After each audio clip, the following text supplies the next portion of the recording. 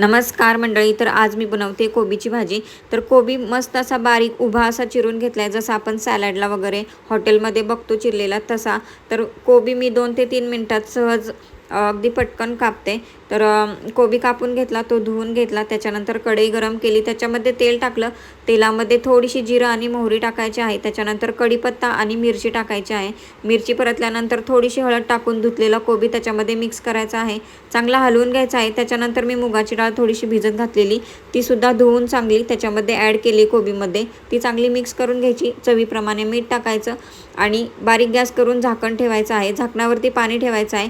तर कोबीमध्ये पाणी जास्त टाकायचं नाही, एकदम थोडंसं नॉर्मल टाकायचं आहे, कोबीला पाणी सुटतं। तर 2-3 वेळा कोबी हलवून घ्यायचा आहे, अधूनमधून चेक करायचं आहे शिजलाय की नाही।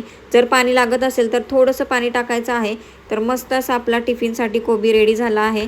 व्हिडिओ आवडला असेल तर नक्की लाईक करा आणि आपल्या चॅनेलला सबस्क्राईब